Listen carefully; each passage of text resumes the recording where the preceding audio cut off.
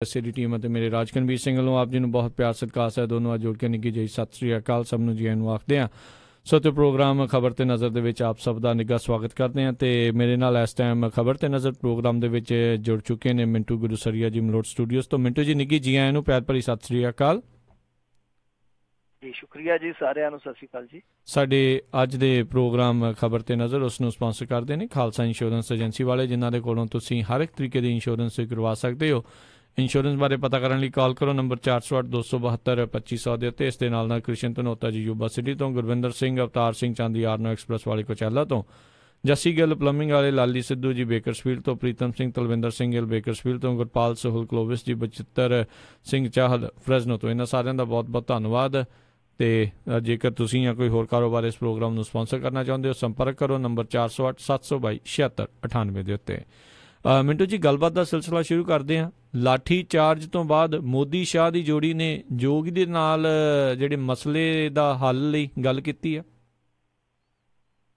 ਦੇਖੋ, ਜਿਹੜਾ ਇਹ ਲਾਠੀ ਚਾਰਜ ਹੋਇਆ ਸੀ, ਤੁਹਾਨੂੰ ਯਾਦ ਹੀ ਹੋਣਾ ਕਿ ਜਿਸ ਤਰੀਕੇ ਨਾਲ ਕਾਸ਼ੀ ਹਿੰਦੂ ਯੂਨੀਵਰਸਿਟੀ 'ਚ ਕੁੜੀਆਂ ਨੇ ਧਰਨਾ ਲਾਇਆ, ਉਸ ਤੋਂ ਬਾਅਦ ਜਿਸ ਦਿਨ ਅਸੀਂ ਤਿਆਰੀ ਕਰਨ ਡਏ ਸਾਂ ਇੰਡੀਆ ਦੇ ਵਿੱਚ ਕਿ ਡਾਟਰਸ ਡੇ ਮਨਾਵਾਂਗੇ ਜੀ, ਤਾਂ ਉਸ ਦਿਨ ਬਿਲਕੁਲ ਰਾਤ ਨੂੰ 1-1:30 ਵਜੇ ਇਹਨਾਂ ਨੇ ਉੱਥੇ ਲਾਠੀ ਚਾਰਜ ਕੀਤਾ। ਲਾਠੀ ਚਾਰਜ ਅਸਲ ਦੇ ਵਿੱਚ ਤਾਂ ਕੀਤਾ ਕਿਉਂਕਿ ਪ੍ਰਧਾਨ ਮੰਤਰੀ ਉੱਥੇ ਗਿਆ ਸੀਗਾ, ਔਰ ਉਸ ਦੌਰੇ ਦੇ ਦੌਰਾਨ ਜਿਹੜੀ ਬਰੋਬਰ ਨਾਲ ਉਸ ਧਰਨੇ ਨੂੰ ਕਵਰੇਜ ਮਿਲੀ, ਇਹਦੇ ਤੋਂ ਕਿਤੇ ਨਾ ਕਿਤੇ ਚਿੜੇ ਸੀਗੇ ਜੀ। ਉਹ ਜਿਹੜਾ ਧਰਨਾ ਲੱਗਿਆ, ਧਰਨਾ ਇਸ ਕਰਕੇ ਲਾਇਆ ਗਿਆ ਸੀਗਾ ਕਿਉਂਕਿ ਕੁੜੀਆਂ ਨੂੰ ਉੱਥੇ ਛੇੜਛਾੜ ਦਾ ਸਾਹਮਣਾ ਕਰਨਾ ਪੈਂਦਾ ਸੀ। ਜੇ ਉਹ ਕੈਂਪਸ ਦੇ ਵਿੱਚ ਜਾਂਦੀਆਂ ਸੀ ਤਾਂ ਛੇੜਛਾੜ, ਜੇ ਬਾਜ਼ਾਰ 'ਚ ਬਾਹਰ ਅੰਦਰ ਜਾਂਦੀਆਂ ਸਨ ਤਾਂ ਕਿਤੇ ਨਾ ਕਿਤੇ ਛੇੜਛਾੜ, ਤੇ ਜੇ ਉਹ ਹੋਸਟਲ 'ਚ ਆ ਜਾਂਦੀਆਂ ਉੱਥੇ ਵੀ ਇਹੋ ਸਿਆਪਾ ਪੈਂਦਾ ਸੀ। ਬਾਹਰੋਂ ਉਹਨਾਂ ਦੇ ਬੂਹੇ ਦਰਵਾਜ਼ਿਆਂ ਤੇ ਵੱਟੇ ਮਾਰੇ ਜਾਂਦੇ ਸਨ ਜੀ। ਇਸ ਤੋਂ ਬਾਅਦ ਜਦੋਂ ਉਹਨਾਂ ਨੇ ਆਪਣੇ ਵਾਰਡਨਾਂ ਦੇ ਨਾਲ ਕਈ ਵਾਰ ਗੱਲ ਕਰਨ ਦੀ ਕੋਸ਼ਿਸ਼ ਕੀਤੀ, ਉਹ ਕਹਿੰਦੇ ਕਿ ਤੁਸੀਂ ਏਦਾਂ ਕਰਿਆ ਕਰੋ, ਜੇ ਕੋਈ ਛੇੜੇ ਤੇ ਪਾਸਿਓਂ ਦੀ ਲੰਘ ਜਾਇਆ ਕਰੋ, ਜੇ ਕੋਈ ਇੱਟ ਵੱਟਾ ਮਾਰਦਾ ਤੇ ਤੁਸੀਂ ਬਾਹਰ ਵੇਖੋ ਹੀ ਨਾ, ਲੋੜ ਹੀ ਨਹੀਂ। ਸੋ ਉਹ ਇਸ ਮਸਲੇ ਦਾ ਹੱਲ ਕਰਨ ਦੀ ਥਾਂ ਤੇ ਇਹ ਹੱਲ ਸਜਾਉਣ 'ਚ ਲੱਗ ਗਏ ਕਿ ਕੁੜੀਆਂ ਜਿਹੜੀਆਂ ਉਹ ਆਪਣੇ ਆਪ ਨੂੰ ਇਹਨਾਂ ਹਾਲਤਾਂ ਦੇ ਅਨੁਸਾਰ ਢਾਲ ਲੈਣ ਬੇਸਿਕਲੀ। ਦੂਜੇ ਪਾਸੇ ਜਦੋਂ ਇੱਕ ਕੁੜੀ ਨੂੰ ਰਾਹ ਜਾਂਦਿਆਂ ਨੇ ਫੜ ਹੀ ਲਿਆ, ਹੱਥੀ ਪੈ ਗਏ ਉਹਦੇ, ਫਿਰ ਇਹ ਗੁੱਸਾ ਉਬਲ ਪਿਆ, ਉਹਨਾਂ ਨੇ ਸਟ੍ਰਾਈਕ ਕਰ ਦਿੱਤੀ, ਉਹ ਪੱਕੇ ਤੌਰ ਤੇ ਧਰਨੇ ਤੇ ਬੈਠ ਗਈਆਂ, 3 ਦਿਨ ਬੈਠੀਆਂ ਰਹੀਆਂ, ਤੀਜੇ ਦਿਨ ਇਹ ਲਾਠੀ ਚਾਰਜ ਕਰ ਦਿੱਤਾ ਗਿਆ। ਹੁਣ ਜਿਹੜਾ VC ਹੈ ਉੱਥੋਂ ਦਾ, ਉਹ ਪੱਕਾ ਸੰਘੀ ਹੈ, ਉਹ ਤਾਂ ਕਹਿੰਦਾ ਜੀ ਕਿ ਇਹਨਾਂ ਨੇ ਜਦੋਂ ਯੂਨੀਵਰਸਿਟੀ ਦੀ ਸੰਪત્ਤੀ ਨੂੰ ਨੁਕਸਾਨ ਪਹੁੰਚਾਉਣਾ ਸ਼ੁਰੂ ਕੀਤਾ, ਅੱਗਾਂ ਲਾਉਣੀਆਂ ਸ਼ੁਰੂ ਕੀਤੀਆਂ, ਉਦੋਂ ਲਾਠੀ ਚਾਰਜ ਹੋਇਆ। ਪਰ ਜਿਹੜੀ ਵੀਡੀਓ ਆ, ਇੱਕ ਵੀਡੀਓ ਉਹਦਾ ਝੂਠ ਸਾਫ਼ ਤੌਰ ਤੇ ਨਿਸਤਾਰਾ ਕਰ ਦਿੰਦੀ ਹੈ। ਉਹਦਾ ਉਹ ਇਹ ਆ ਕਿ ਇੱਕ ਪਾਸੇ ਗੇਟ ਤੇ ਕੁੜੀਆਂ ਖੜੀਆਂ, ਰਾਤ ਨੂੰ 1-1:30 ਦਾ ਟਾਈਮ ਆ, ਇੱਕ ਪਾਸੇ ਪੁਲਿਸ ਖੜੀ ਆ, ਯਕਦਮ ਗੇਟ ਟੱਪ ਕੇ ਪੁਲਿਸ ਵਾਲੇ ਆ ਜਿਹੜੇ ਉਹਨਾਂ ਨੂੰ ਡਾਂਗੀ ਡਹਿ ਪੈਂਦੇ ਆ। ਕੋਈ ਉੱਥੇ ਇਸ ਤਰ੍ਹਾਂ ਦੀ ਗੱਲ ਨਹੀਂ ਦੇਖੀ ਜਾ ਸਕਦੀ। ਔਰ ਇਹ ਜਿਹੜਾ VC ਹੈ ਨਾ, GC ਤ੍ਰਿਪਾਠੀ, ਉਹ ਬਹੁਤ ਜ਼ਿਆਦਾ ਵੱਡਾ ਰਾਸ਼ਟਰਵਾਦੀ ਹੈ। ਉਹਨੇ ਤੇ ਬਿਆਨ ਵੀ ਦਿੱਤਾ, ਉਹ ਕਹਿੰਦਾ ਜੀ ਕਿ ਦੇਖੋ ਸਾਡੀ ਜਿਹੜੀ ਇੱਥੋਂ ਦੀ ਯੂਨੀਵਰਸਿਟੀ ਹੈ ਨਾ, ਇਹਦੇ ਚੋਂ ਰਾਸ਼ਟਰਵਾਦ ਖਤਮ ਕਰਨ ਦੀ ਇਹ ਸਾਜ਼ਿਸ਼ ਰਚੀ ਜਾ ਰਹੀ ਆ, ਔਰ ਇਹ ਜਿਹੜਾ ਕੁਛ ਖਰੂਦ ਕੀਤਾ ਜਾ ਰਿਹਾ, ਇਹ ਬਾਹਰਲੇ ਸਟੂਡੈਂਟਸ ਦਾ ਜਾਂ ਬਾਹਰਲੇ ਆਗੂਆਂ ਦਾ ਆ ਕੇ ਕੀਤਾ ਕਰਾਇਆ ਸਾਰਾ ਕੁਛ। ਔਰ ਇਹ ਤੋਂ ਇਲਾਵਾ ਜਿਹੜੀ ਅੱਜ ਦੀ ਅਪਡੇਟ ਆ, ਉਹਦੇ 'ਚ ਸਭ ਤੋਂ ਵੱਡੀ ਖਬਰ ਇਹੋ ਆ ਕਿ ਜਿਹੜੇ 1000 ਤੋਂ 1200 ਸਟੂਡੈਂਟ ਇਸ ਪ੍ਰਦਰਸ਼ਨ 'ਚ ਸ਼ਾਮਲ ਸਨ, ਜਿਨ੍ਹਾਂ 'ਚੋਂ ਬਹੁਤਿਆਂ ਨੂੰ ਸੇਕਿਆ ਵੀ ਗਿਆ, ਕੁੱਟਿਆ ਵੀ ਗਿਆ, ਛੁਲਕਿਆ ਵੀ ਗਿਆ, ਉਹਨਾਂ ਸਮੇਤ ਸਾਰਿਆਂ ਤੇ ਪਰਚਾ ਦਰਜ ਕਰ ਦਿੱਤਾ ਗਿਆ। ਔਰ ਦੂਜੀ ਗੱਲ ਜਿਹੜੀ ਹੈ ਕਿ ਅੱਜ ਯੋਗੀ ਸਾਹਿਬ ਨੂੰ ਆਰਡਰ ਹੋਇਆ, ਮੋਦੀ ਸਾਹਿਬ ਦਾ ਤੇ ਅਮਿਤ ਸ਼ਾਹ ਸਾਹਿਬ ਦਾ, ਉਹ ਕਹਿੰਦੇ ਆ ਜੀ ਕਿਸੇ ਨਾ ਕਿਸੇ ਤਰੀਕੇ ਦੇ ਨਾਲ ਇਹ ਮਸਲਾ ਨਜਿੱਠੋ ਕਿਉਂਕਿ ਬਦਨਾਮੀ ਬਹੁਤ ਹੋਣ ਡਈ ਆ। ਇਹਨਾਂ ਨੇ ਕੀ ਕੀਤਾ ਕਿ 3-4 ਝਟਕਾ ਦਿੱਤੇ ਅਫਸਰ, ਜਿਹੜਾ ਕਿ ਯੋਗੀ ਆਮ ਹੀ ਕਰਦਾ। ਉਹ ਤੋਂ ਇਲਾਵਾ 1-2 ਪੁਲਿਸੀਏ ਅਫਸਰ ਹੈ ਜਿਹੜੇ ਉਹ ਇੱਧਰ ਉੱਧਰ ਕਰ ਦਿੱਤੇ, ਇੱਕ ਕਮੇਟੀ ਦਾ ਗਠਨ ਕਰ ਦਿੱਤਾ। ਹੁਣ ਜਿੱਥੋਂ ਤੱਕ ਸਵਾਲ ਹੈ ਜਾਂਚ ਪੜਤਾਲ ਦਾ, ਉਹ ਜਾਂਚ ਪੜਤਾਲ ਚੱਲਦੀ ਰਹੇਗੀ। ਮੋਦੀ ਸਾਹਿਬ, ਯੋਗੀ ਸਾਹਿਬ ਹੋਣ, ਉਹ ਹੁਣ ਅੱਖਾਂ ਪੂੰਝੀ ਜਾਣਗੇ। ਪਰ ਸਭ ਤੋਂ ਵੱਡੀ ਗੱਲ ਤੇ ਇਹ ਆ ਕਿ ਦੇਖੋ ਕੁੜੀਆਂ ਜੇ ਉੱਥੇ ਆਪਣੀ ਸਮੱਸਿਆ ਲੈ ਕੇ ਬੈਠੀਆਂ ਸਨ, ਜਦੋਂ ਪ੍ਰਧਾਨ ਮੰਤਰੀ ਜਾ ਕੇ ਉੱਥੇ ਕਾਂਸ਼ੀ 'ਚ ਨਾਅਰਾ ਲਾਉਂਦਾ ਪਿਆ ਸੀਗਾ ਕਿ ਗੰਗਾ ਮਈਆ ਨੇ ਬੁਲਾਇਆ ਹੈ, ਜਦੋਂ ਦੇਸ਼ ਦੀਆਂ ਬੇਟੀਆਂ ਬੁਲਾ ਰਹੀਆਂ ਸਨ, ਉੱਥੋਂ ਆ ਕੇ ਚਲੇ ਗਿਆ। ਇਹ ਵੀ ਨਹੀਂ ਸਰਿਆ ਕਿ ਘੱਟੋ ਘੱਟ ਕਿਸੇ ਸਾਲਸੀ ਨੂੰ ਉੱਥੇ ਪਹੁੰਚਾ ਦੇਵਾਂ, ਕਿਤੇ ਸਾਲਸੀ ਨੂੰ ਭੇਜ ਦੇਵਾਂ, ਕਿ ਉਹ ਜਾ ਕੇ ਇਸ ਮਸਲੇ ਦਾ ਹੱਲ ਕਰ ਜਾਣ, ਜਾਂ ਕਿਸੇ ਨੂੰ ਹੁਕਮ ਹੀ ਦੇ ਦੇਣ ਕਿ ਹਾਂ ਜੀ ਤੁਸੀਂ ਉਹਨਾਂ ਦਾ ਜਾ ਕੇ ਮਸਲਾ ਨਿਬੇੜੋ। ਪਰ ਇਸ ਪਾਸੇ ਧਿਆਨ ਨਹੀਂ ਦਿੱਤਾ। ਦੂਜੇ ਪਾਸੇ ਜਿਹੜਾ ਯੋਗੀ ਅੱਜ ਕਮੇਟੀਆਂ ਬਣਾਉਂਦਾ ਪਿਆ, ਜੇ ਇਹੋ ਹੀ ਕੰਮ ਉਹਨੇ 3-4 ਦਿਨ ਪਹਿਲਾਂ ਕੀਤਾ ਹੁੰਦਾ ਕਿ ਹਾਂ ਭਾਈ ਤੁਸੀਂ ਮੈਨੂੰ ਦੱਸੋ, ਮੈਂ ਕਮੇਟੀ ਦਾ ਗਠਨ ਕਰ ਦੇਣਾ, ਜਿੱਥੇ ਜਿੱਥੇ ਵੀ ਸੁਰੱਖਿਆ ਨਾਲ ਜੁੜੀ ਕੋਈ ਕਮੀ ਪੇਸ਼ੀ ਨਜ਼ਰ ਆਉਂਦੀ ਆ ਉਹ ਕਮੀ ਪੇਸ਼ੀ ਅਸੀਂ ਦੂਰ ਕਰ ਦਿਆਂਗੇ। ਜੇ ਹਾਈ ਕੰਮ ਉਹਨੇ 3-4 ਦਿਨ ਪਹਿਲਾਂ ਕੀਤਾ ਹੁੰਦਾ ਤੇ ਕੁੜੀਆਂ ਨੂੰ ਫੜ ਕੇ ਜੋ ਘੜੀਸਿਆ ਗਿਆ, ਜਿੱਦਾਂ ਕੁੱਟਿਆ ਗਿਆ, ਇਸ ਕੁੱਟਮਾਰ ਤੋਂ ਬਚਿਆ ਜਾ ਸਕਦਾ ਸੀ। ਹੁਣ ਜੋ ਕੀਤਾ ਜਾ ਰਿਹਾ ਉਹ ਇਸ ਤੋਂ ਵੀ ਜ਼ਿਆਦਾ ਭੈੜਾ ਹੈ, ਕਿਉਂਕਿ ਜਿਹੜਾ ਉੱਥੋਂ ਦਾ ਵੀਸੀ ਆ ਉਹ ਸਿੱਧੇ ਤੌਰ ਤੇ ਕਹੀ ਜਾਂਦਾ ਜੀ ਕਿ ਇਹ ਖਰੂਦ ਹੈ ਜਿਹੜਾ ਬਾਹਰਲਿਆਂ ਨੇ ਕੀਤਾ, ਇਹ ਰਾਸ਼ਟਰਵਾਦ ਨੂੰ ਖਤਰਾ। ਮਤਲਬ ਕਿ ਕੁੜੀਆਂ ਜਿਹੜੀਆਂ ਉਹ ਵੀ ਰਾਸ਼ਟਰ ਵਿਰੋਧੀ ਬਣਾ ਦਿੱਤੀਆਂ ਗਈਆਂ, ਕਿਉਂਕਿ ਉਹ ਆਪਣੀ ਸੁਰੱਖਿਆ ਮੰਗਦੀਆਂ ਪਈਆਂ। ਹੁਣ ਦੇਖੋ ਜੇ ਬਾਹਰ ਦੇ ਆ, ਜੇ ਬੰਦੇ ਸਾਰੇ ਬਾਹਰ ਦੇ ਆ ਤੇ ਤੁਸੀਂ ਯੂਨੀਵਰਸਿਟੀ ਦੇ 1000-1200 ਮੁੰਡੇ ਕੁੜੀਆਂ ਤੇ ਕਾਹਤੋਂ ਪਰਚਾ ਦਰਜ ਕੀਤਾ, ਫਿਰ ਬਾਹਰਲਿਆਂ ਤੇ ਕਰੋ। ਦੂਜੀ ਗੱਲ ਇਹ ਆ ਕਿ ਦੇਖੋ ਹੱਕ ਮੰਗਣਾ ਕੀ ਇਹ ਰਾਸ਼ਟਰ ਵਿਰੋਧਤਾ? ਜਿਹੜਾ ਬੋਲਦਾ ਉਹਨੂੰ ਰਾਸ਼ਟਰ ਵਿਰੋਧੀ। ਸੋ ਬਹੁਤ ਹੀ ਜ਼ਿਆਦਾ ਨਮੋਸ਼ੀਜਨਕ ਘਟਨਾ ਵਾਪਰੀ ਆ। ਮੈਂ ਕਹੂੰਗਾ ਕਿ ਮੋਦੀ ਸਾਹਿਬ ਦਾ ਜਿਹੜਾ ਹੁਣ ਤੱਕ ਦਾ ਸ਼ਾਸਨ ਆ, ਜਿੰਨੀਆਂ ਬਦਨਾਮੀ ਵਾਲੀਆਂ ਘਟਨਾ ਉਹਨਾਂ ਚੋਂ ਇਹ ਚੋਟੀ ਦੀ ਇੱਕ ਬਦਨਾਮੀ ਵਾਲੀ ਘਟਨਾ ਕਿ ਇਸ ਨਾਅਰੇ ਨਾਲ ਜਿਹੜੀ ਸਰਕਾਰ ਤੁਰੀ ਸੀ ਕਿ ਬੇਟੀ ਬਚਾਓ ਬੇਟੀ ਪੜਾਓ, ਉਹਨਾਂ ਨੇ ਇਸ ਨਾਅਰੇ ਦਾ ਬਿਲਕੁਲ ਮੈਂ ਕਹੂੰਗਾ ਕਿ ਪ੍ਰਭਾਸ਼ਕ ਰੂਪ ਹੀ ਬਦਲ ਦਿੱਤਾ।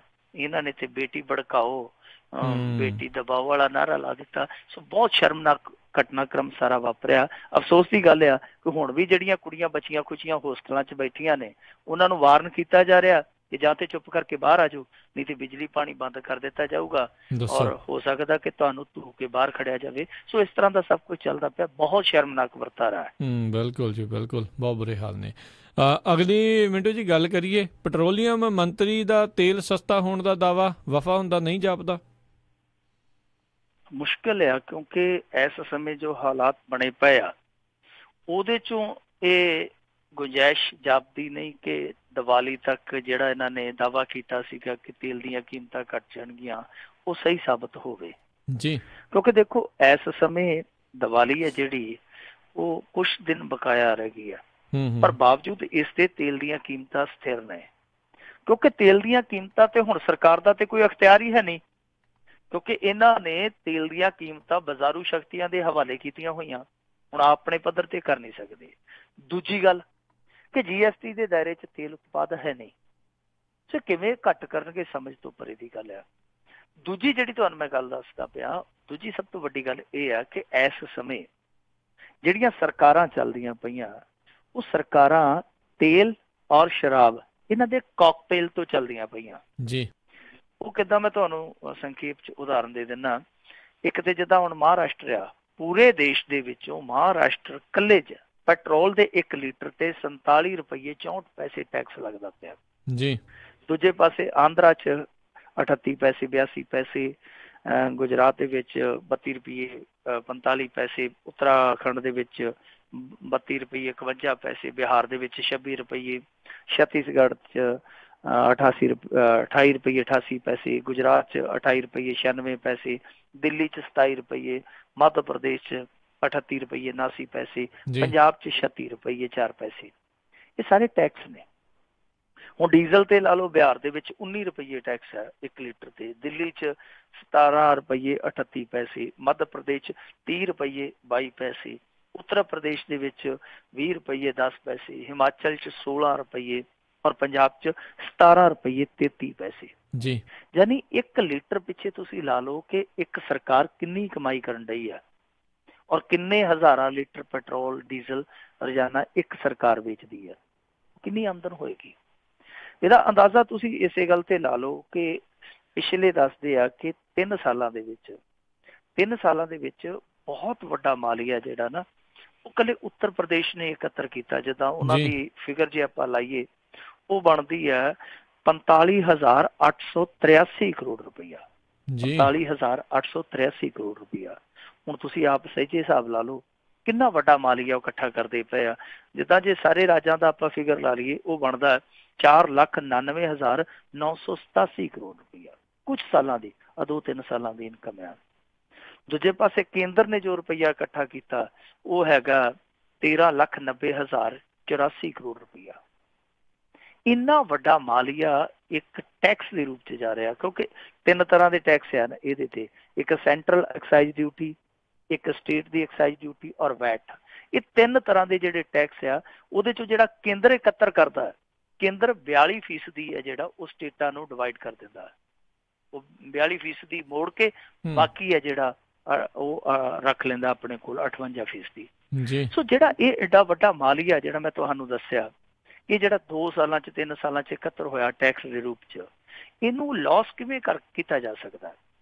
ਮੰਨ ਲਓ 10 ਪੈਸੇ 5 ਪੈਸੇ ਘੱਟ ਜਾਵੇ, ਉਹਦੀ ਕੀਮਤ ਇਹ ਘਟਾ ਕੇ ਕਹਿ ਦੇਣ ਜੀ ਹਾਂ ਜੀ ਅਸੀਂ ਘਟਾਤਾ ਤੇਲ, ਰੁਪਈਆ 2 ਰੁਪਈਏ ਘਟਾ ਦੇਣਾ, ਉਹ ਤੇ ਮੰਨ ਲਿਆ, ਉਹ ਤੇ ਫਰਕ ਪੈ ਸਕਦਾ ਔਰ ਉਹਦੀ ਰਿਕਵਰੀ ਵੀ ਹੋ ਸਕਦੀ ਹੈ। ਔਰ ਇਹ ਤੁਹਾਨੂੰ ਪਤਾ ਹੀ ਹੈ ਕਿ ਸੁਪਨੇ ਵੇਚਣ ਦੇ ਇਹ ਬਾਦਸ਼ਾਹ ਨੇ, ਬਹੁਤ ਵਧੀਆ ਸੌਦਾਗਰ ਨੇ, ਇਹ ਕਹਿ ਦਿੰਦੇ ਆ ਹਾਂ ਜੀ ਅਸੀਂ ਕਰ ਦਿੱਤਾ, ਰੁਪਈਆ 2 ਰੁਪਈਏ ਜੇ ਕਰ ਵੀ ਦਿੱਤਾ ਤੇਲ ਕੰਪਨੀਆਂ ਨੂੰ ਕਹਿ ਕੇ, ਉਹ ਮੰਨਿਆ ਨਹੀਂ ਜਾਊ। ਉਹ ਤੇ ਏਦਾਂ ਹੈ ਨਾ ਜਿੱਦਾਂ ਮੁਰਦੇ ਦੇ 2 ਵਾਲ ਪੁੱਟ ਕੇ ਆਖੀ ਕਿ ਹੌਲਾ ਹੋ ਗਿਆ ਚੱਕ ਲਓ ਹੁਣ, ਉਹ ਕੁਛ ਨਹੀਂ ਗੱਲ ਬਣੀ। ਪਰ ਜੋ ਇਹਨਾਂ ਨੇ ਦਾਅਵਾ ਕੀਤਾ ਸੀਗਾ ਕਿ ਰੇਟ ਵਾਹਵਾ ਟੁੱਟ ਜਾਣਗੇ, ਮੈਨੂੰ ਨਹੀਂ ਲੱਗਦਾ ਟੁੱਟਣਗੇ, ਕਿਉਂਕਿ ਇਸ ਸਮੇਂ ਭਾਰਤ ਦੀ ਜਿਹੜੀ ਆਰਥਿਕ ਹਾਲਤ ਆ, ਉਹ ਹਾਲਤ ਇਹ ਗੱਲ ਦੱਸਦੀ ਆ ਕਿ ਇਹਨਾਂ ਦੀ ਇਹ ਹਾਲਤ ਨਹੀਂ ਹੈ ਕਿ ਇਹ ਹੋਰ ਭਾਰ ਜਿਹੜਾ ਉਹ ਆਪਣੇ ਆਪ ਤੇ ਚੁੱਕ ਸਕਣ। ਸੋ ਏਡੀ ਵੱਡੀ ਜਿਹੜੀ ਟੈਕਸਾਂ ਤੋਂ ਆਮਦਨ ਹੁੰਦੀ ਆ, ਇਹਨੂੰ ਇਹ ਗਵਾ ਦੇਣ ਅੱਧ ਪਚੱਦੀ। ਮਤਲਬ ਕਿ ਹੁਣ ਜਿੱਦਾਂ ਲਾ ਲਓ, ਆਪਾਂ ਇੱਕ ਉਦਾਹਰਨ ਚੱਕ ਲੈਂਦੇ ਹਾਂ, ਜਿੱਦਾਂ ਸਾਡੇ ਪੰਜਾਬ 'ਚ ਟੈਕਸ ਆ ਜਿਹੜਾ ਪੈਟਰੋਲ ਤੇ 36 ਰੁਪਈਏ 4 ਪੈਸੇ ਆ, ਜੇ ਅਸੀਂ ਇਹਨੂੰ ਘਟਾ ਕੇ ਕਰਨਾ ਹੋਵੇ ਕਿ 18 ਰੁਪਈਏ ਕਰ ਦਿਓ, ਤਾਂ ਤੁਸੀਂ ਆਪ ਹੀ ਅੰਦਾਜ਼ਾ ਲਾ ਲਓ ਕਿ ਉਹਦਾ ਕਿੰਨਾ ਲਾਸ ਹੋਣਾ ਵਾਲੀ ਆ। ਤਾਂ ਇਹੋ ਜਿਹੀ ਕੋਈ ਵੀ ਇਹਨਾਂ ਦੇ ਕੋਲ ਪਾਲਿਸੀ ਨਹੀਂ ਹੈ ਕਿ ਉਸ ਘਾਟੇ ਨੂੰ ਇਹ ਰਿਕਵਰ ਕਰ ਸਕਣ। ਸੋ ਇਸ ਕਰਕੇ ਧਰਮਿੰਦਰ ਪ੍ਰਧਾਨ ਦਾ ਜਿਹੜਾ ਬਿਆਨ ਸੀ, ਉਹ ਵੀ ਨਰਿੰਦਰ ਮੋਦੀ ਦੇ ਉਹੋ ਜਿਹੇ ਬਿਆਨ ਵਰਗਾ ਹੀ ਜਾਪਦਾ ਜਿਹੋ ਜਿਹਾ ਉਹਨਾਂ ਨੇ ਇਲੈਕਸ਼ਨ 'ਚ ਜਾਣ ਤੋਂ ਪਹਿਲਾਂ ਕਿਹਾ ਸੀ ਕਿ ਝੋਲਾ ਸਮਾ ਕੇ ਰੱਖਿਓ, 15-15 ਲੱਖ ਰੁਪਈਆ ਤੁਰਿਆ ਆਉਂਦਾ। ਜੀ ਜੀ ਜੀ। ਅਗਲੀ ਆਪਾਂ ਮਿੰਟੂ ਜੀ ਗੱਲ ਕਰਦੇ ਹਾਂ ਵੀ ਜਿਹੜਾ ਸਿਰਸੇ ਵਾਲਾ ਡੇਰਾ ਮੁਖੀ ਆ, ਕਹਿੰਦੇ ਹਾਈ ਕੋਰਟ ਦੀ ਸ਼ਰਨ 'ਚ। ਹੁਣੇ ਦੀ ਵੱਡੀ ਖਬਰ ਇਹ ਆ ਰਹੀ ਆ ਕਿ ਪ੍ਰਿਯੰਕਾ ਤਨੇਜਾ ਵੀ ਹਾਈ ਕੋਰਟ ਪਹੁੰਚ ਗਈ ਆ। ਅੱਛਾ ਜੀ। ਕੋਈ ਕਹਿੰਦਾ ਸੀ ਚੀਨ ਚਲੇ ਗਈ, ਕੋਈ ਕਹਿੰਦਾ ਸੀ ਜਾਪਾਨ ਚਲੇ ਗਈ, ਅਤੇ ਕੋਈ ਮੱਥੇ ਤੇ ਹੱਥ ਮਾਰ ਕੇ ਕਹਿੰਦਾ ਸੀ ਉਹ ਤੇ ਸਾਡੇ ਦੁਸ਼ਮਣ ਪਾਕਿਸਤਾਨ ਚਲੀ ਗਈ ਆ। ਪਰ ਸਾਰੇ ਇਹ ਕਿਆਫੇ ਝੂਠੇ ਨਿਕਲੇ। ਹੁਣੇ ਖਬਰ ਆ, ਕੁਛ ਮਿੰਟ ਪਹਿਲਾਂ ਹੀ ਇਹ ਕੁਛ ਜਿਹੜੇ ਮੀਡੀਆ ਪੋਰਟਲ ਆ ਉਹਨਾਂ ਨੇ ਇਹ ਖਬਰ ਸ਼ਾਇਆ ਕਰ ਦਿੱਤੀ ਆ ਕਿ ਹਨੀਪ੍ਰੀਤ ਨੇ ਦਿੱਲੀ ਹਾਈ ਕੋਰਟ 'ਚ ਸ਼ਰਨ ਲਈ ਹੈ ਜਾ ਕੇ, ਪ੍ਰਿਯੰਕਾ ਤਨੇਜਾ ਦੇ ਨਾਂ ਤੇ ਉਹਨੇ ਜਾ ਕੇ ਇਹ ਪਟੀਸ਼ਨ ਫਾਈਲ ਕੀਤੀ ਆ। ਇਸ ਪਟੀਸ਼ਨ ਨੂੰ ਆਪਾਂ ਕਹਿ ਸਕਦੇ ਹਾਂ ਅਗਾਊ ਜ਼ਮਾਨਤ ਦੀ ਉਹਨੇ ਅਰਜ਼ੀ ਦਾਖਲ ਕੀਤੀ ਆ। ਇਹਦੇ ਵਿੱਚ ਹੁਣ ਅੱਗੇ ਜਾ ਕੇ ਕੀ ਇਹਦੇ ਤੇ ਸੁਣਵਾਈ ਹੁੰਦੀ ਹੈ, ਕਿਸ ਤਰ੍ਹਾਂ ਦਾ ਨਤੀਜਾ ਨਿਕਲਦਾ, ਉਹ ਤੇ ਹੁਣ ਦਿੱਲੀ ਹਾਈ ਕੋਰਟ ਨੇ ਤੈਅ ਕਰਨਾ। ਪਰ ਇਹ ਤੋਂ ਅੰਦਾਜ਼ਾ ਲਾਇਆ ਜਾ ਸਕਦਾ ਹੈ ਕਿ ਪ੍ਰਿਯੰਕਾ ਤਨੇਜਾ ਉਰਫ ਹਨੀਪ੍ਰੀਤ ਉਹ ਇੱਥੇ ਹੀ ਸੀ, ਕਿਤੇ ਨਹੀਂ ਗਏ, ਕਿਉਂਕਿ ਜੇ ਉਹ ਦੇਸ਼ ਦੇ ਵਿੱਚ ਆ ਤਾਂ ਹੀ ਉਹਨੇ ਜਾ ਕੇ ਅਰਜ਼ੀ ਫਾਈਲ ਕੀਤੀ ਹੈ। ਵੈਸੇ ਕੁਛ ਲੋਕ ਇਹ ਸੋਚਦੇ ਹੋਣੇ ਆ ਕਿ ਉਹਦਾ ਮੁਕੱਦਮਾ ਤੇ Punjab and Haryana high court ਨਾਲ ਸੰਬੰਧਿਤ ਆ। ਦਿੱਲੀ ਹਾਈ ਕੋਰਟ 'ਚ ਉਹਨੇ ਕੀ ਕੀਤਾ, ਅਸਲ ਦੇ ਵਿੱਚ ਉਹਨੇ ਇੱਕ ਗੇਮ ਖੇਡੀ ਆ। ਉਹਨੇ 3 ਹਫ਼ਤਿਆਂ ਦੀ ਟ੍ਰਾਂਜਿਟ ਅਗਾਊ ਜ਼ਮਾਨਤ ਮੰਗੀ ਆ। ਟ੍ਰਾਂਜਿਟ ਅਗਾਊ ਜ਼ਮਾਨਤ ਦਾ ਮਤਲਬ ਇਹ ਆ ਕਿ ਮੈਨੂੰ ਤੁਸੀਂ ਇੱਕ ਰਸਤਾ ਦੇ ਦਿਓ ਕਿ ਮੈਂ 3 ਹਫ਼ਤਿਆਂ 'ਚ ਜਾ ਕੇ ਆਪਣਾ Punjab and Haryana high court surrender ਕਰ ਲਵਾਂ ਜਾਂ ਆਪਣੇ ਕੇਸ ਦੀ ਪੈਰਵਾਈ ਕਰ ਸਕਾਂ, ਤਾਂ ਉਸ ਤੋਂ ਬਾਅਦ ਜੋ ਵੀ ਅਦਾਲਤ ਦਾ ਫੈਸਲਾ ਹੋਏਗਾ ਮਨਜ਼ੂਰ ਆ। ਪਰ ਹੁਣ ਦਿੱਲੀ ਹਾਈ ਕੋਰਟ ਨੇ ਤੈਅ ਕਰਨਾ, ਉਹ 2 ਤਰ੍ਹਾਂ ਤੈਅ ਕਰੇਗੀ ਇਸ ਫੈਸਲੇ ਦੀ ਰੂਪਰੇਖਾ। ਇੱਕ ਤੇ ਇਹ ਆ ਕਿ ਹੋ ਸਕਦਾ ਕਿ ਕੁਛ ਸਮਾਂ ਇਹਨਾਂ ਨੂੰ ਦੇ ਦਿੱਤਾ ਜਾਵੇ ਕਿ ਤੁਹਾਡੀ ਗ੍ਰਿਫਤਾਰੀ ਤੇ ਰੋਕ ਲਾ ਦਿੰਦੇ ਆ, ਤੁਸੀਂ ਜਾ ਕੇ ਉੱਥੇ ਸਰੈਂਡਰ ਕਰੋ। ਅਗਲਾ ਜਿਹੜਾ ਮਾਮਲਾ ਹੈ ਉਹ ਸੰਬੰਧਿਤ ਪੁਲਿਸ ਅਥਾਰਟੀ ਜਾਂ ਸੰਬੰਧਿਤ ਅਦਾਲਤ ਹੈ ਜਿਹੜੀ ਉਹ ਵੇਖੇਗੀ। ਜਾਂ ਇਹ ਹੋ ਸਕਦਾ ਦੂਸਰਾ ਕਿ ਇਹਦੀ ਅਰਜ਼ੀ ਰੱਦ ਕਰ ਦਿੱਤੀ ਜਾਵੇ ਔਰ ਕਿਹਾ ਜਾਵੇ ਕਿ ਪਹਿਲਾਂ ਭਾਈ ਸਰੈਂਡਰ ਕਰ, ਜਿਹੜੀ ਬੇਲ ਦੀ ਸੁਣਵਾਈ ਆ ਉਹ ਬਾਅਦ ਚ ਕਰਾਂਗੇ। ਸੋ ਇਹ 2-3 ਆਪਸ਼ਨ ਬਚਦੇ ਆ। ਦੇਖੋ ਹੁਣ ਹਨੀਪ੍ਰੀਤ ਦੀ ਕਿਸਮਤ ਕਿਸ ਪਾਸੇ ਚੱਲਦੀ ਆ, ਪਰ ਉਮੀਦ ਬੜੀ ਘੱਟ ਆ। ਸ਼ਾਇਦ ਹੋ ਸਕਦਾ ਦਿੱਲੀ ਹਾਈ ਕੋਰਟ ਇਹੋ ਹੀ ਕਹੇ ਕਿ ਪਹਿਲਾਂ ਭਾਈ ਸਰੈਂਡਰ ਕਰੋ, ਬੇਲ ਦੀ ਐਪਲੀਕੇਸ਼ਨ ਦੀ ਜਿਹੜੀ ਤੁਹਾਡੀ ਸੁਣਵਾਈ ਆ ਉਹ ਬਾਅਦ ਦੇ ਵਿੱਚ ਹੋਏਗੀ। ਏਦਾਂ ਹੀ ਜਿਹੜਾ ਡੇਰਾ ਮੁਖੀ ਆ ਉਹ ਵੀ Punjab and Haryana high court 'ਚ ਚਲੇ ਗਿਆ। ਵੈਸੇ ਲੱਗਦਾ ਇਹ ਆ ਕਿ ਵੇਖ ਲਓ ਇਕੱਠੇ ਸਲਾਹ ਕਰਕੇ ਗਏ ਅੱਜ। ਉਹ ਤਾਂ ਵਕੀਲਾਂ ਬਾਰੇ ਕਿਹਾ ਜਾਂਦਾ ਹੈ ਕਿ ਵਕੀਲ ਬਹੁਤ ਚਾਂਦੀ ਕੁੱਟਦੇ ਪਏ ਇਸ ਕੇਸ ਦੇ ਵਿੱਚ। ਜਿਹੜੇ ਇਸ ਕੇਸ ਦੇ ਵਿੱਚ ਵਕੀਲਾਂ ਦਾ ਪੈਨਲ ਗਠਿਤ ਕੀਤਾ ਗਿਆ ਦੱਸਦੇ ਆ ਕਿ ਉਹਨਾਂ ਦੀ ਪੂਰੀ ਚਾਹੁੰਦੀ ਹੈ। ਨਾਲੇ ਤੇ ਉਹ ਦਰਸ਼ਨ ਮੇਲੇ ਕਰੀ ਜਾਂਦੇ ਆ ਤੇ ਨਾਲੇ ਆਪਣੀ ਕਮਾਈ ਕਰੀ ਜਾਂਦੇ ਆ। ਹੁਣ ਜਿਹੜਾ ਇਹ ਕੇਸ ਆ, ਤੁਹਾਨੂੰ ਪਤਾ ਇਹਦਾ ਕੇਸ ਵੱਜਿਆ, ਜਿਹੜਾ ਦੋਹਰੀ ਸਜ਼ਾ ਹੋਈ ਆ ਡੇਰਾ ਮੁਖੀ ਨੂੰ, ਉਸ ਕੇਸ ਦੀ ਸਜ਼ਾ ਨੂੰ ਲੈ ਕੇ ਉਹ ਚਲੇ ਗਿਆ ਹਾਈ ਕੋਰਟ ਚ। ਜੀ ਹਾਈ ਕੋਰਟ ਦੇ ਵਿੱਚ ਜਾਣ ਦਾ ਮਤਲਬ ਇਹ ਹੁੰਦਾ ਕਿ ਜਿਹੜੀ ਹੇਠਲੀ ਅਦਾਲਤ ਦੇ ਸਜ਼ਾ ਦਿੱਤੀ ਆ, ਉਸ ਸਜ਼ਾ ਨੂੰ ਅਸੀਂ ਚੈਲੰਜ ਕਰਦੇ ਹਾਂ ਕਿ ਉਹ ਠੀਕ ਨਹੀਂ ਦਿੱਤੀ ਗਈ। ਫਿਰ ਕੇਸ ਉੱਥੇ ਜਾ ਕੇ ਜ਼ੇਰੇ ਸੁਣਵਾਈ ਹੁੰਦਾ। ਅਦਾਲਤਾਂ ਕੀ ਕਰਦੀਆਂ ਨੇ, ਕਿਉਂਕਿ ਲੰਮੀ ਚੌੜੀ ਪ੍ਰੋਸੈਸ ਹੁੰਦੀ ਹੈ, ਤੁਹਾਨੂੰ ਪਤਾ ਹੀ ਹੈ, ਪ੍ਰਕਿਰਿਆ ਬਹੁਤ ਜ਼ਿਆਦਾ ਲੰਮਾ ਸਮਾਂ ਲੈ ਜਾਂਦੀ ਹੈ ਹਾਈ ਕੋਰਟ 'ਚ, ਤਾਂ ਉਹ ਸਜ਼ਾ ਨੂੰ ਸਟੇ ਕਰ ਦਿੰਦੇ ਆ ਔਰ ਜਿਹੜਾ ਅਕਿਊਜ਼ਡ ਹੈ ਉਹਨੂੰ ਉਹ ਬੇਲ ਦੇ ਦਿੰਦੇ ਆ। ਠੀਕ ਹੈ। ਹੁਣ ਇਹਨੂੰ ਅੱਗੇ ਇਸ ਮਸਲੇ 'ਚ ਕੀ ਬੇਲ ਮਿਲਦੀ ਹੈ ਜਾਂ ਜੇਲ੍ਹ ਹੀ ਰਹਿੰਦੀ ਹੈ, ਉਹ ਹਾਈ ਕੋਰਟ ਨੇ ਤੈਅ ਕਰਨਾ। ਪਰ ਏਡੀ ਛੇਤੀ ਮੇਰੇ ਖਿਆਲ ਦੇ ਨਾਲ ਹਾਈ ਕੋਰਟ ਜ਼ਮਾਨਤ ਦੇਵੇਗਾ ਨਹੀਂ। ਔਰ ਜੇ ਹਾਈ ਕੋਰਟ ਜ਼ਮਾਨਤ ਦਿੰਦਾ ਵੀ ਹੈ, ਇਹਨੂੰ ਉਸ ਜ਼ਮਾਨਤ ਦਾ ਫਾਇਦਾ ਤਾਂ ਹੀ ਆ ਜੇ ਇਹਦਾ ਖਹਿੜਾ ਛਤਰਪਤੀ ਤੇ ਰਣਜੀਤ ਸਿੰਘ ਛੱਡਣਗੇ, ਕਿਉਂਕਿ ਉਹ ਕੇਸ ਵੀ ਉੱਤੇ ਚੱਲਦਾ ਪਿਆ। ਇਹਨੂੰ ਫਾਇਦਾ ਤਾਂ ਹੀ ਹੈ ਨਾ, ਕਿਉਂਕਿ ਜਦ ਤੱਕ ਹਾਈ ਕੋਰਟ 'ਚ ਸੁਣਵਾਈ ਹੋਣੀ ਆ ਉਦੋਂ ਤੱਕ ਇਹ ਫੈਸਲੇ ਆ ਜਾਣੇ ਆ। ਜੇ ਇਹ ਫੈਸਲੇ ਦੇ ਉਲਟ ਆ ਗਏ, ਉੱਤੋਂ ਹਾਈ ਕੋਰਟ 'ਚੋਂ ਜੇ ਜ਼ਮਾਨਤ ਮਿਲ ਵੀ ਜਾਂਦੀ ਆ ਤਾਂ ਉਹਦੇ ਕੋਈ ਮਾਇਨੇ ਨਹੀਂ। ਵੈਸੇ ਹਾਈ ਕੋਰਟ 'ਚੋਂ ਜ਼ਮਾਨਤ ਮਿਲਣ ਦੇ ਆਸਾਰ ਘੱਟ ਆ। ਸੋ ਇਹ ਦੋਨੇ ਕੇਸ ਇਸ ਸਮੇਂ ਹਾਈ ਕੋਰਟ ਪਹੁੰਚ ਗਿਆ। ਪਰ ਤੀਜੀ ਇਸ ਮਾਮਲੇ ਦੀ ਹੁਣ ਤੱਕ ਦੀ ਵੱਡੀ ਅਪਡੇਟ ਇਹ ਆ ਕਿ ਜਿਹੜਾ ਖੱਟਾ ਸਿੰਘ ਕਹਿੰਦਾ ਸੀਗਾ ਕਿ ਉਹ ਜਿਵੇਂ ਗੁਰਦਾਸ ਮਾਨ ਨੇ ਆਖਿਆ ਸੀ, ਇੱਕ ਮੌਕਾ ਦੇ ਦੇ ਮੈਨੂੰ ਭੁੱਲਾਂ ਬਖਸ਼ਾਉਣ ਦਾ, ਦਿਲ ਨਾ ਤੂੰ ਤੋੜੀ ਐਵੇਂ ਮਰ ਜਾਣੇ ਮਾਣ ਦਾ, ਉਵੇਂ ਉਹਨੇ ਕਿਹਾ ਸੀਗਾ ਕਿ ਇੱਕ ਮੌਕਾ ਦੇ ਦਿਓ ਜੀ, ਮੈਂ ਆਪਣੀ ਗਵਾਹੀ ਠੀਕ ਕਰਨੀ। ਉਦੋਂ ਮੈਂ ਜਿਹੜੀ ਗਵਾਹੀ ਪਲਟੀ ਮਾਰੀ ਸੀ, ਜਿਹੜੀ ਉਹ ਡੇਰੇਦਾਰ ਦੇ ਦਬਾਅ ਹੇਠ ਮਾਰੀ ਸੀ, ਹੁਣ ਮੈਂ ਗਵਾਹੀ ਦੁਬਾਰ ਤੋਂ ਦੇਣੀ ਚਾਹੁੰਦਾ ਵਾਂ। ਉਹ ਜਿਹੜੀ ਉਹਦੀ ਅਰਜ਼ੀ ਸੀਗੀ ਉਹ CBI ਕੋਰਟ ਨੇ ਰੱਦ ਕਰ ਦਿੱਤੀ ਹੈ। ਠੀਕ ਹੈ। ਉਹਦੇ 'ਚ ਵੀ ਹੁਣ ਜਿਹੜਾ ਨਵਕਿਰਨ ਸਿੰਘ ਆ ਵਕੀਲ ਉਹਦਾ, ਉਹ ਨਵਕਿਰਨ ਸਿੰਘ ਕਹਿੰਦਾ ਕਿ ਅਸੀਂ ਵੀ Punjab and Haryana high court 'ਚ ਜਾਵਾਂਗੇ ਤੇ ਉੱਥੋਂ ਅਸੀਂ ਇਹ ਪਰਮਿਸ਼ਨ ਲਵਾਂਗੇ ਕਿ ਇਹ ਗਵਾਹੀ ਦੁਬਾਰਾ ਹੋਵੇ। ਪਰ ਇੱਕ ਵਾਰੀ ਖੱਟਾ ਸਿੰਘ ਦਾ ਮਨ ਖੱਟਾ ਕਰ ਦਿੱਤਾ ਅਦਾਲਤ ਨੇ, ਉਹ ਗਵਾਹੀ ਨਹੀਂ ਦੇ ਸਕੇਗਾ। ਸੋ ਇਹ ਵੱਡੀਆਂ ਤਿੰਨ ਇਸ ਵੇਲੇ ਦੀਆਂ ਅਪਡੇਟ ਆ।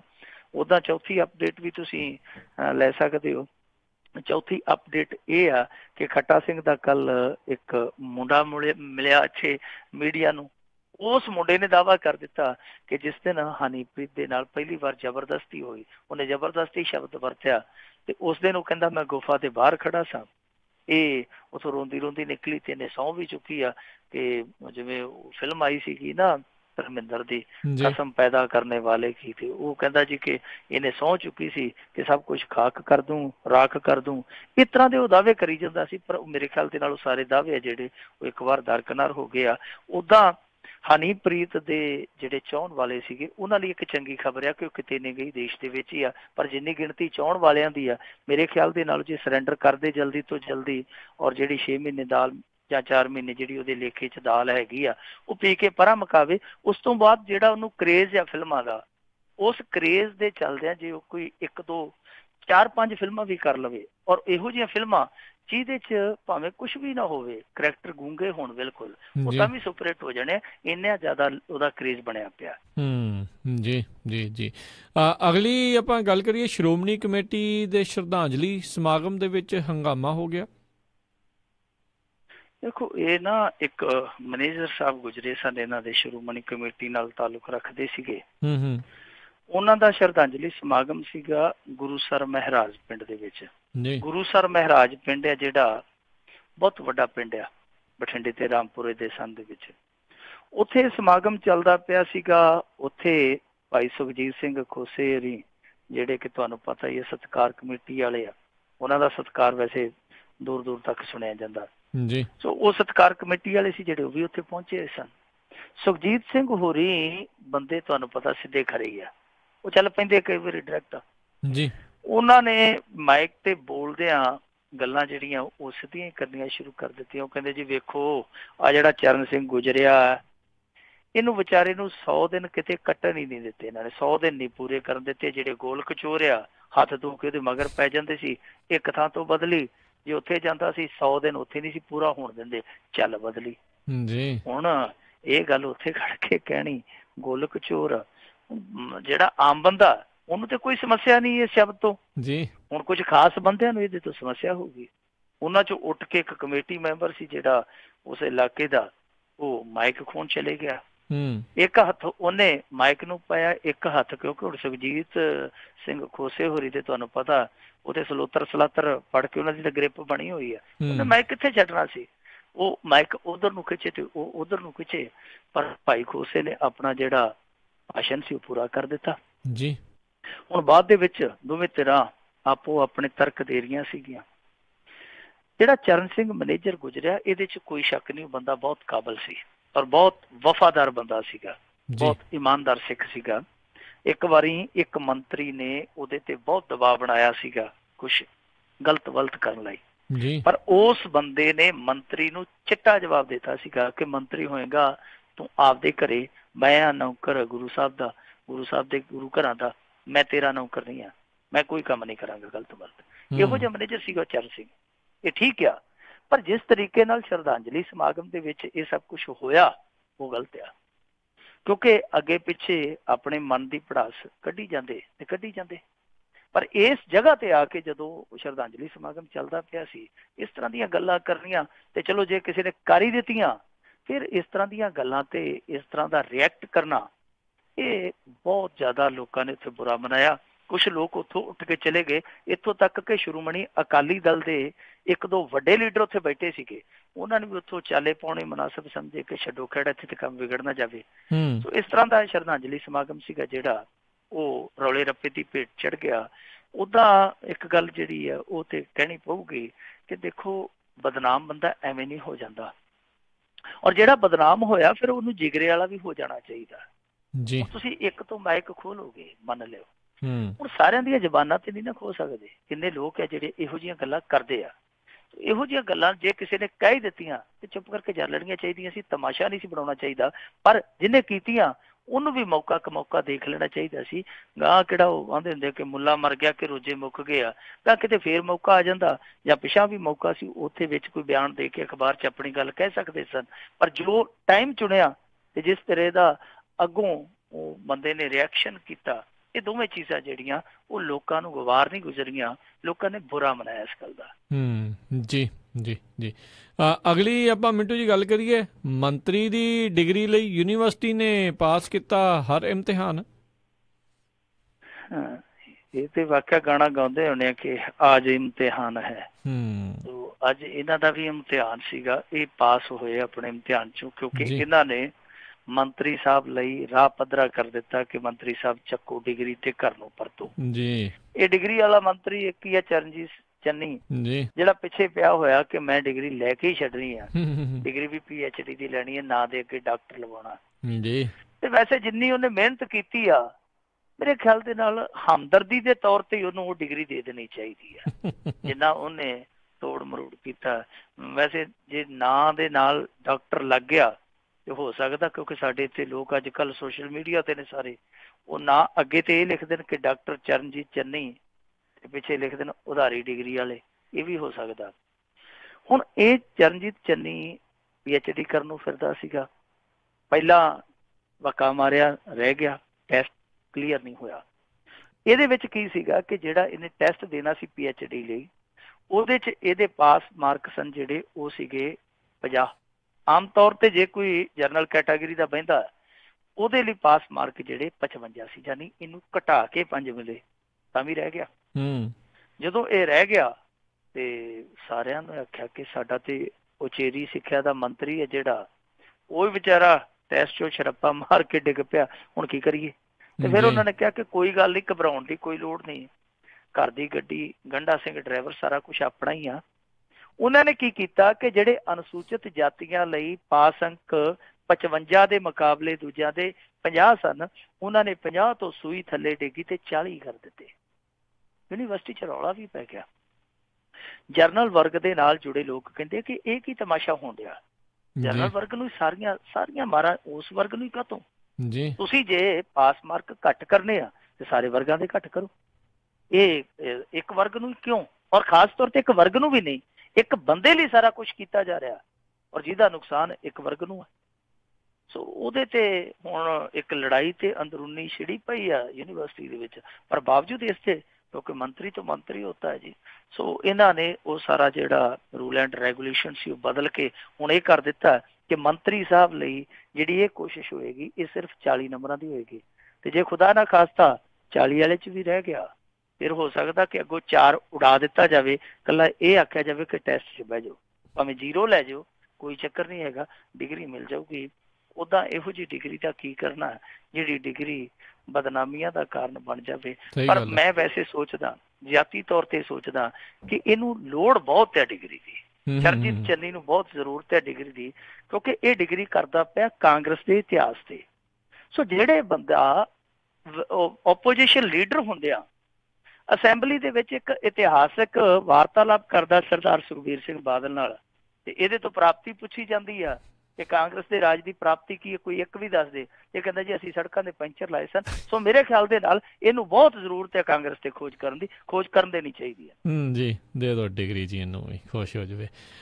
ਅਗਲੀ ਜਿਹੜੀ ਆਪਾਂ ਗੱਲ ਕਰੀਏ ਵੀ ਲਿਬੜਾ ਬੱਸ ਸਰਵਿਸ ਵਾਲਿਆਂ ਦਾ ਪੈਲਸ ਕੁਰਕ ਕਰਨ ਦੇ ਅਦਾਲਤ ਨੇ ਹੁਕਮ ਦਿੱਤੇ ਨੇ। ਦੇਖੋ ਇਹ ਕਾਫੀ ਪੁਰਾਣਾ ਮਸਲਾ ਸੀਗਾ। ਤਕਰੀਬਨ 6 ਸਾਲ ਪਹਿਲਾਂ ਇਹਨਾਂ ਦੀ ਬੱਸ ਦੇ ਥੱਲੇ ਇੱਕ ਹਰਪ੍ਰੀਤ ਸਿੰਘ ਨਾਂ ਦਾ ਇੰਜੀਨੀਅਰ ਆ ਗਿਆ ਸੀ ਚੰਡੀਗੜ੍ਹ ਜੀ, ਉਹਦੀ ਡੈਥ ਹੋ ਗਈ। ਵੈਸੇ ਉਹ ਮੋਹਾਲੀ ਦਾ ਸੀ ਮੇਰੇ ਖਿਆਲ ਦੇ ਨਾਲ, ਤੇ ਉਹ ਮਰ ਗਿਆ ਇੰਜੀਨੀਅਰ। ਉਹਦੇ ਘਰ ਦੇ ਕੋਰਟ ਦੇ ਵਿੱਚ ਚਲੇ ਗਏ।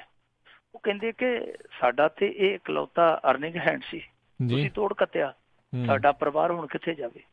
ਜਦੋਂ ਉਹਨਾਂ ਨੇ ਕੋਰਟ ਦੇ ਵਿੱਚ ਜਾ ਕੇ ਕਾਨੂੰਨੀ ਚਾਰਾਜੋਈ ਕੀਤੀ, ਅਦਾਲਤ ਨੇ ਇਹਨਾਂ ਨੂੰ ਹਰਜਾਨਾ ਪਾਇਆ ਸੀਗਾ, ਤੇ ਹਰਜਾਨਾ ਜਿਹੜਾ ਸੀਗਾ ਉਹ ਪਾਇਆ ਸੀਗਾ 53 ਲੱਖ ਰੁਪਈਆ, ਕਿ 53 ਲੱਖ ਰੁਪਈਆ ਜਮ੍ਹਾਂ ਕਰਾਓ। ਇਹਨਾਂ ਨੇ 19 ਲੱਖ ਰੁਪਈਆ ਦੇ ਕੇ ਤੇ ਬਾਕੀ ਹੈ ਜਿਹੜਾ ਉਹ ਕਹਤਾ ਜੀ ਅਸੀਂ ਦੇ ਦਿਆਂਗੇ। ਬਾਅਦ ਦੇ ਵਿੱਚ ਉਹ ਜਮ੍ਹਾਂ ਹੀ ਨਹੀਂ ਕਰਾਇਆ। ਬਾਅਦ ਦੇ ਵਿੱਚ ਉਹ ਪਰਿਵਾਰ ਫੇਰ ਗਿਆ ਕਿ ਜਿਹੜਾ ਸਾਨੂੰ ਤੁਸੀਂ ਹਰਜਾਨਾ ਲੈ ਕੇ ਦੇਣਾ ਸੀਗਾ ਉਹਦੇ ਚੋਂ ਸਾਨੂੰ ਸਿਰਫ 53 ਚੋਂ 19 ਲੱਖ ਰੁਪਈਆ ਮਿਲਿਆ, ਬਾਕੀ ਸਾਡਾ ਹਰਜਾਨਾ ਵੀ ਦਵਾਓ। ਅਦਾਲਤ ਨੇ ਫਿਰ ਕੀ ਕੀਤਾ ਕਿ ਇਹਨਾਂ ਨੂੰ ਫਿਰ ਸਮਨਿੰਗ ਕੀਤੀ। ਇਹਨਾਂ ਨੇ ਫਿਰ ਕੋਈ ਠੋਸ ਉੱਥੇ ਜਵਾਬ ਨਹੀਂ ਦਿੱਤਾ। ਇਹਦੇ ਤੋਂ ਬਾਅਦ ਕੀ ਕੀਤਾ ਅਦਾਲਤ ਨੇ, ਉਹਨਾਂ ਨੇ ਆਖਿਆ ਕਿ ਇਹਨਾਂ ਦੀਆਂ ਬੱਸਾਂ ਕੁਰਕ ਕਰੋ। ਕਮਾਲ ਦੀ ਗੱਲ ਤੇ ਇਹ ਹੈ ਕਿ ਅਦਾਲਤ ਨੇ ਜਿਹੜਾ ਬੱਸਾਂ ਦਾ ਨੰਬਰ ਦਿੱਤਾ ਕਿ ਆ ਜਾ ਕੇ ਬੱਸਾਂ ਜਿਹੜੀਆਂ ਕੁਰਕ ਕੀਤੀਆਂ ਜਾਣ, ਉਹ ਕਹਿੰਦੇ ਬੱਸਾਂ ਲੱਭੀਆਂ ਹੀ ਨਹੀਂ। ਇਹ ਕਮਾਲ ਦੀ ਗੱਲ ਹੈ। ਪਤਾ ਨਹੀਂ ਅਦਾਲਤ 'ਚ ਇਹ ਨੰਬਰ ਇੱਧਰ ਉੱਧਰ ਹੋ ਗਏ ਜਾਂ ਬੱਸਾਂ ਹੀ ਇੱਧਰ ਉੱਧਰ ਦੀਆਂ ਚੱਲਦੀਆਂ ਰਹੀਆਂ ਨੰਬਰ ਦੀਆਂ, ਉਹ ਬੱਸਾਂ ਹੀ ਨਹੀਂ ਲੱਭੀਆਂ ਜਿਨ੍ਹਾਂ ਦੀ ਕੁਰਕੀ ਕਰਨੀ ਸੀਗੀ।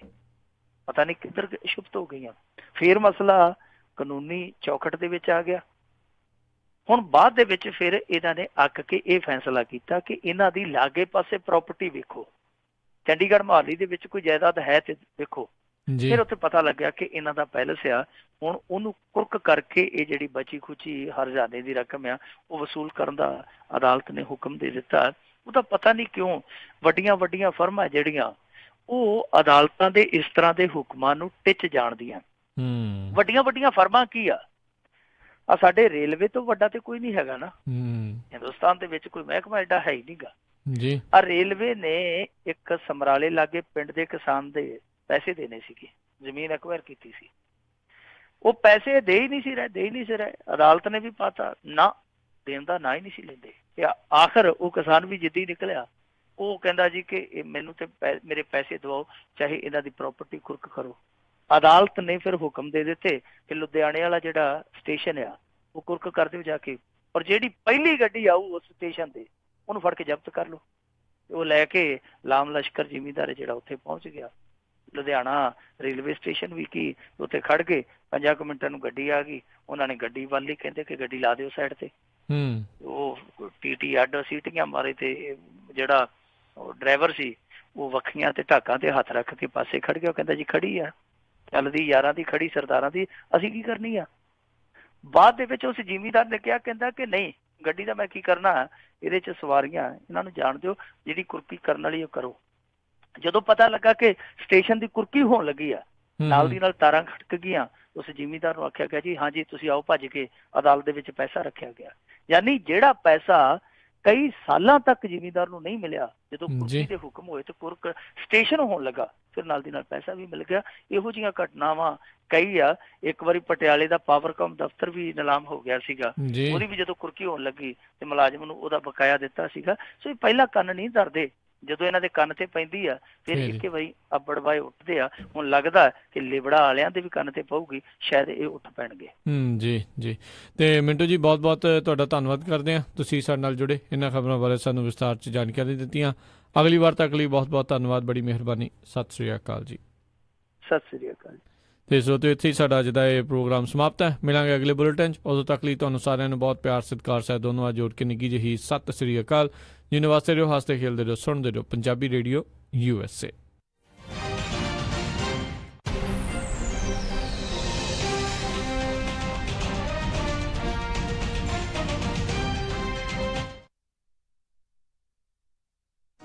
ਤੁਸੀਂ ਸੁਣ ਰਹੇ ਹੋ ਪੰਜਾਬੀ ਰੇਡੀਓ USA।